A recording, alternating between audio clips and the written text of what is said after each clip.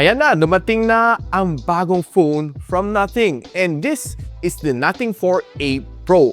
I have here is the color black variant and there's a lot of colors to choose from. And balita ko, nag-total revamp ang ganyan design based sa mga nakikita natin. And I'm quite excited to show you kung ano nga ba talaga itsura nito. So tara, unbox natin. Pakita ko sa inyo.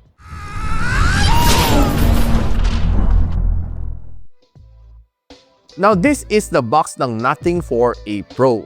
To be exact, it's called the Nothing Phone 4A Pro. Sinatanggal ko na yung phone kasi parang obvious naman is a phone. So, typical black box ni Nothing. So, buksan na natin. Typical packaging ni Nothing. There's a quick welcoming message here. So, tanggalin ko muna.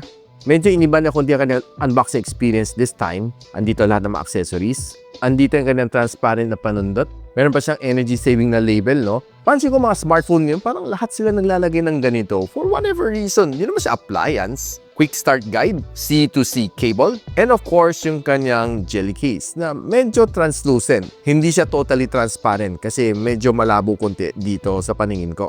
Hindi malabo paningin ko, malabo yung case. Baka baliktad yung pagkaintindi mo, So, ito na yung phone.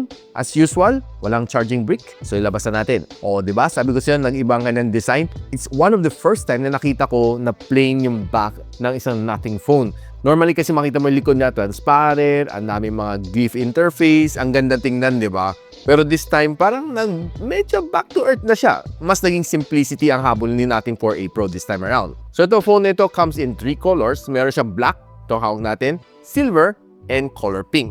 And ito, Nothing 4A Pro na may 12 gigs of RAM and 256 GB of storage would retail at $34,990, which is going to be available sa lahat ng Digital Walker store nationwide, online and offline. Or just simply click the link on the description box below or just click the YouTube shopping link dyan para ma-redirect kayo sa Nothing Philippines na official store. Kunting ingat lang, okay paligoy-ligoy kasi maraming scammers. Just a friendly reminder.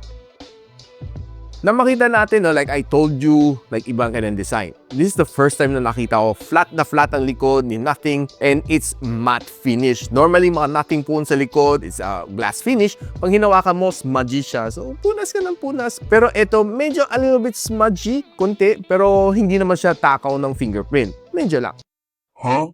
And nakita natin nagbago kanyang format dito. Yung kanyang glyph na punta dito. So ito pakita ko sila, there's a lot of option na pwede mo ipalit dito. Meron siyang ripple, pulse, wings, dolphin, ana, sticks, wizard, hammer, and CLWB. Whatever it means. So those are the different glyph modes na pwede mo pagpilian dito. Ibahin mo lang kanyang ringtone, makukuha mo na siya. Now, another thing is that this one has a aluminum side frames. Andyan ang kanyang essential key in case you want to use it. One of the good things na gusto ko dito sa essential key is na pag kumuha ka ng screenshot, pwede kang mag-record ng kanyang voice para maalala mo ko para saan nga ba itong screenshot na ito, which is really handy para sa akin. And yung likod niya is aluminum frames din pala, by the way. And ang kanyang harap is being protected by the Corning Gorilla Glass 7i. IP65 dust and water resistant and it has a eSIM support na 5G. So whenever you travel, pag bumibili ka ng mga data packages, ang bilis ilagay lang dito sa Nothing Phone 4A Pro.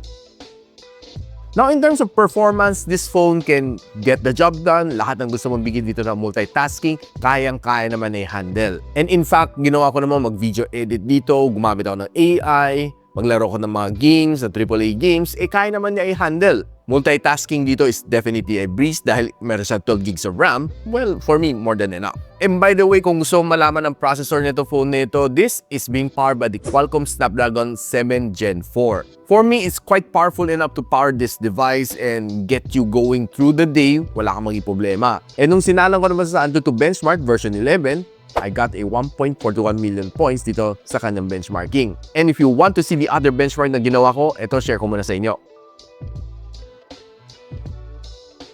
Now, pagdating naman sa kanyang battery, this one has a industry standard na 5,080 mAh. Well, it's just 80 mAh above industry standard. Nothing too wow about this one. Yung kanyang India variant is a little bit bigger at 5,400 and it supports 50 watts of wired charging and 7.5 watts na reverse wired charging. Now, it always comes without a charging brick, parang iPhone lang and Samsung. So, probably the next thing na tatanong mo sa akin kung ano nga mga recommended kong charger para dito sa phone na ito. And I can recommend this one from Ugreen na 100 watts na Nexo GAN charger. Sobrang okay to guys. So, I have been using this for roughly more than 3 months already and sobrang happy ako dito sa kanyang performance. It supports a lot of mga fast charging ng different brands and ang bilis na iligpit. No? Pag hindi mo kailangan, just pack it away. And it comes also with display. So, kita mo ilan watts yung input, ilan watts yung output. And it has a lot of ports din dito. 4 na C port and isang A port. Sobrang lang galante. Hindi lang siya pwede pang charge ng cellphone, pwede pang laptop, pati mga tablets. Just name it, sagot ka ni Ugreen. More details, nandyan na sa description box. And nung ginagamit ko to as my daily driver, happy naman ako sa performance ng kanyang battery. It can last me more than a day on normal usage. I would say siguro isa't kalating araw without charging, kayang-kaya niya i-handle. As long as hindi ka babad sa gaming, hindi ka babad sa video recording, or hindi ka rin babad sa video chatting, kaya na magtagal ng at least 1.5 days para sa akin. Of course, that is based on my user experience. User experience mo, probably might be a little different kasi hindi naman tayo pare-pareho ng usage. Pero kung gusto mo makita full spec sheet ng Nothing Phone 4a Pro, share ko sa inyo. Now, in terms of display, medyo gumanda for me personally ang kanyang display. This one comes together with a bigger na display at 6.83-inch na AMOLED display. 144Hz screen refresh rate, meron siyang PWM dimming, and mataas ang kanyang max brightness at 5,000 nits. Corning Gorilla Glass 7i ka na protection, and meron siyang MOS level 5 na hardness. Meaning niyan, there's a certain level na drop resistance to phone nito, pero hindi yan ang minamarket ni Nothing. In case of accident, at least you can be assured na kahit paano protect yung phone mo, yung kanyang glass, kasi meron siyang certain degree of toughness. And by the way, bago ko makalimutan guys, this one is currently running Nothing OS 4.1 inside Android 16, and it comes together with the 3 major Android updates. So meaning updated ka from 17, 18, and 19. Na kung ang hiling mo talaga is to use your phone pang social media, I've tried a lot of social media dito. Sobrang okay naman siya gamitin. Facebook, Instagram, TikTok, and Twitter. Wala kang maging problema dito sa mga apps na ito. Scrolling on your favorite shorts and reels, smooth na smooth din ang experience. In fact, sasabihin ko sa inyo, it's very smooth. Pero pag ang loading mo naman, it depends sa network. Kung mabilis ang iyong network, mabilis mag-load yung reels mo. Pag mabagal ang iyong network, mabagal din mag-load ang iyong reels mo. It has nothing to do with the phone. Kung ang hilig mo naman is to watch mga videos, mga long format like sa YouTube, expect to give you a really good immersive experience dahil this one has a good premium na display. Para sa akin, sobrang solid ang kanyang display. Now, itong phone nito comes together with a dual stereo speaker. Ano yung butas dito sa ilalim, and the other sound is coming here sa kanyang earpiece. So, let's give it a quick sound check.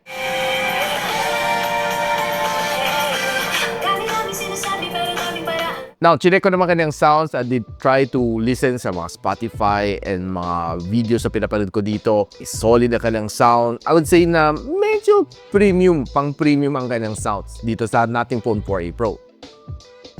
Now, syempre, how can I forget to play games? Most of you guys, inaantay nyo ang gaming performance ng isang smartphone. So, this is nothing short of a capable na gaming phone, si Nothing 4a Pro. 3 games na nilaro ko dito, Call of Duty Mobile, Wuthering Waves, and Genshin Impact. AAA games yan, guys. Pagdating sa Call of Duty Mobile, really good ang kanang gaming experience. Honestly, kaya mo i-set, ilabas sa kanang game mode, yung kanang, parang game turbo mode niya. Pero wala ka ibang makikita dito. Hindi mo makita kung meron nga ba siyang bypass charging. By the way, wala siyang bypass charging. And hindi mo rin makita ka ng FPS counter. So, sinet ko naman most of these games into high graphical settings, and sa Call of Duty Mobile was, well, not an exception. So, probably feel ko umabot naman to ng 120 FPS. Smooth ang kanyang gameplay, no? Wala akong naging problema sa kanyang touch response. Okay naman kanyang gameplay. Yung sound set is quite good, solid naman siya. Hindi mo lang siguro kailangan ng TWS to get you going. And overall, feel ko naman na panalo-panalo maglaro dito sa phone na ito ng CODM. Pinakamainit na inabot ko is 37 degrees Celsius after an hour of gameplay. Pagdating naman sa Genshin Impact, okay din ang kanyang gameplay. Siguro, masasabi ko, very slight lang ang kanyang lags, no? Or probably frame drops. Kasi hindi ko nga nakikita yung kanyang FPS counter. So, it's hard for me to say na meron siyang heavy frame drops. Pero, very minor lang, no? Based sa aking experience, yung frame droppings, sobrang negligible. Okay naman kanyang touch response, smooth naman. Siguro yung frame drops, dumarating lang siya pag sobrang heavy na yung battle mo. Pero sobrang minimal lang hindi mo siya mapapansin kung hindi mo siya pinansin. Overall, the gameplay was good. O para sa akin, sounds is okay. And umabot ako ng 41 degrees Celsius after 30 minutes of gaming. Pagdating sa Wuthering Waves, the gameplay was okay. Probably not the best, masasabi ko sa inyo, kasi sinet ko sa higher graphical settings. There are times na mafe-feel mo talagang may konting frame drops dahil this is a 7 Gen 4. Hindi siya 8S Gen 4. So overall gameplay is okay, pwede na ipasa, pero I would suggest na i-lower down mo yung graphical settings to give you a smoother gameplay. Overall for me, not bad. Okay ang kanyang sounds and touch response, good. And hindi siya ganun kainit at 43 degrees Celsius after an hour of gameplay inside room temperature. Na pag-usapan na natin ang kanyang camera, probably one of the highlights na gusto ko natin makita on a Nothing phone. 50MP na main camera sensor with OIS, meron din siya 50MP na periscope telephoto lens with 3.5 times optical zoom, and meron din siya 8MP na ultra-wide lens na may 120 degrees sa field of view. Kaya na mag-shoot up to 4K and 30, and yung kanang harap is a 32MP which can shoot you up to 1080p and 30fps. Probably yun ang siguro complaint ko dito sa phone nito. Hopefully it was a 1080p and 60 at least man lang sa harap. But anyways, ito yung mga samples na nakuha natin. Na on outdoors, makakuha ka naman some really nice shots naman dito sa phone nito. Pag pinansin mo mga greens na nakaka-captured ko, it's a little bit saturated towards the darker tone ng green. Depende lang sa lightings. Pero some of the shots na nakuha ko like this one, sobrang ganda, sobrang solid. And there are times that you'll be able to capture some really nice snap sa mga outdoors na greens. Now, nilaro ko rin yung ultra-wide lens and it can zoom me up to 140 times zoom. Just simply look at this picture, sobrang okay pa rin siya, no? I wouldn't say na it's super duper okay, pero at 140 times zoom, even better than the Xiaomi 17 Ultra.